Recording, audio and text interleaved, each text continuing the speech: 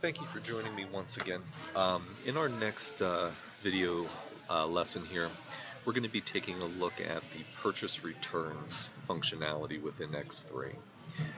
Purchase returns are used in cases where a product is received from one of your suppliers and you desire to return those goods to the suppliers, maybe due to the fact that the goods were damaged or there was some type of problem that you no longer want them.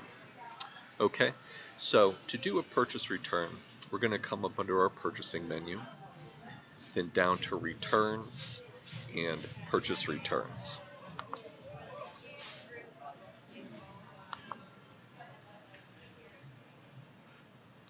We're going to start by clicking on the new button,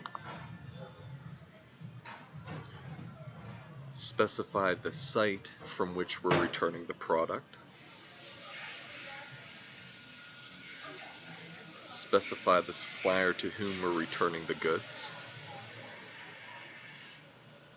Then down in this authorization number field, we can put the return material authorization number that is provided to you by your supplier. Okay. Now, at this point, we wish to specify the products that are to be returned to the supplier. So the best way to do that is to come over to the receipt selection tray in your left list. So when I click on the receipt selection, this is going to give me a register of all the various purchase order receipts that have been performed for the supplier. Okay, so in order to identify the appropriate product, tied to the appropriate PO that you want to send back, one tool that you have to help with that is over here under your options menu. You can click on selection criteria. Then you can go ahead and specify the product that's being returned and or the purchase order number that the goods were originally bought on. Okay, so when you set those parameters there, that's going to serve to basically filter down your left list only to those receipts that correspond to that criteria. Okay, so here I'm going to go ahead and open up one of these receipts here. I'll go ahead and click on one of these products.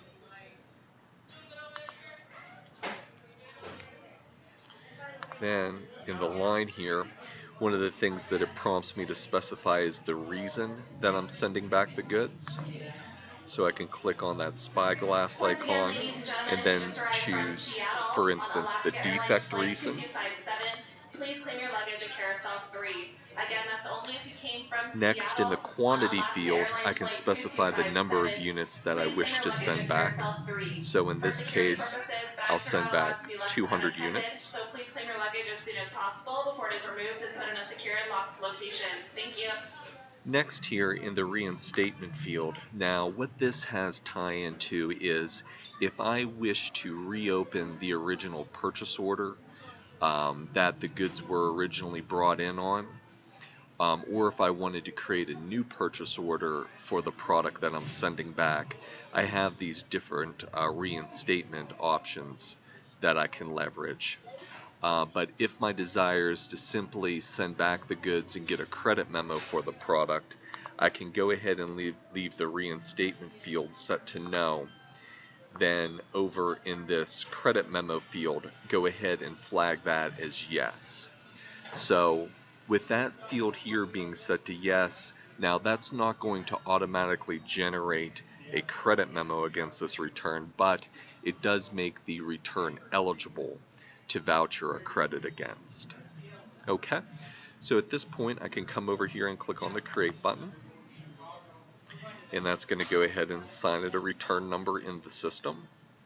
So at this point also, over on the right hand side, if I come to this additional info block, this allows me to specify some additional carrier information, the delivery mode of the return, as well as the carrier that is going to be transporting the goods back to the supplier. Okay. So next here, Now, if I need a picking ticket, okay, maybe I need to generate a picking ticket for this return to communicate to my warehouse personnel what goods they need to start to assemble for transport back to the supplier. I can come over here under my print icon and go to record. Then I'm going to choose this top option here for return picking ticket. Come over and click on the print button.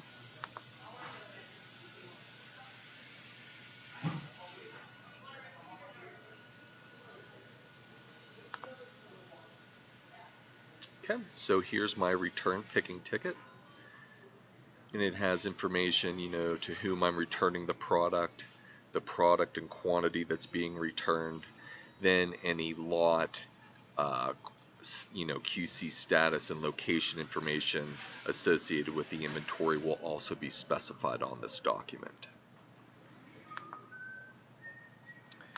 Next, at the point in time that the carrier comes in to pick up and transport the product from our facility, at that juncture we can go ahead and do our validation step, and upon doing the validation, that's going to serve to decrement the inventory out of the system.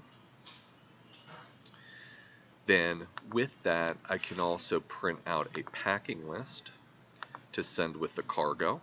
So again, under my print icon, I'm going to come down to the second crystal report option, the return note, and go ahead and print this out.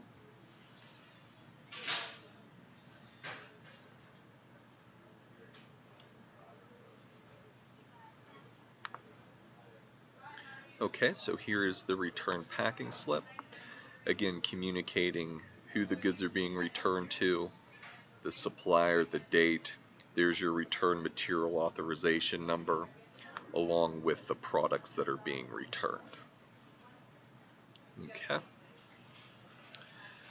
So, now one additional piece of documentation that you may wish to generate is a bill of lading for the return. So to do that, I can come back to my main menu here, then under Purchasing, Returns, then come to Bill of Lading. Come over and click on the New button, specify my site. My bill of lading type is going to be supplier. Then I can go ahead and reference my purchase return that I want linked to the bill of lading. Okay, if I have a pro number that I want to have captured here, I can specify that. Down in the details section, I'll specify my freight class, how the goods are packaged up. Okay, then over here in the comment field, I can put a product description.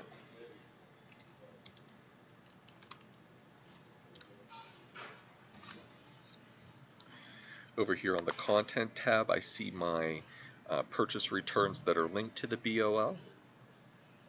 Come over and Create, which will create a BOL number. And to print out the BOL, I'll come click on my printer icon and go to Record, and then do a print.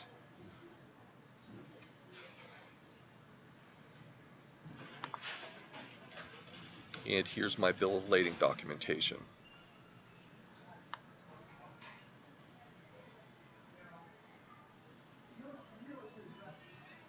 Okay, so that is the return process for sending goods back to your suppliers. One other additional note that might be helpful to you is if I come under the purchasing menu once again, then down to inquiries. Underneath here, I have these inquiry options that are associated with the returns. So I could come here, for instance, under this list of returns option, and this is going to give me a register of all the returns that I've sent back to the supplier over a particular date range. Okay, Now in here also, you know that it's kind of handy is you also have this invoice column indicator. So when this says completely here, that's telling me that I've received a credit memo against this return. Okay, so maybe at the end of the period, if I'm looking to confirm if I've got all credits against goods that I've sent back to my supplier, I could come in here in the status, unclick the invoiced option here, so just showing me not invoiced returns, do a search, then that'll go ahead and whittle down the returns just to those ones that I haven't got a credit for yet. Okay, so again, I hope this lecture is helpful to you. If so, I would ask you to please like and subscribe, and as always, feel free to inbox me with any questions. The office will be closing in 10 minutes and will not reopen again until 4:45.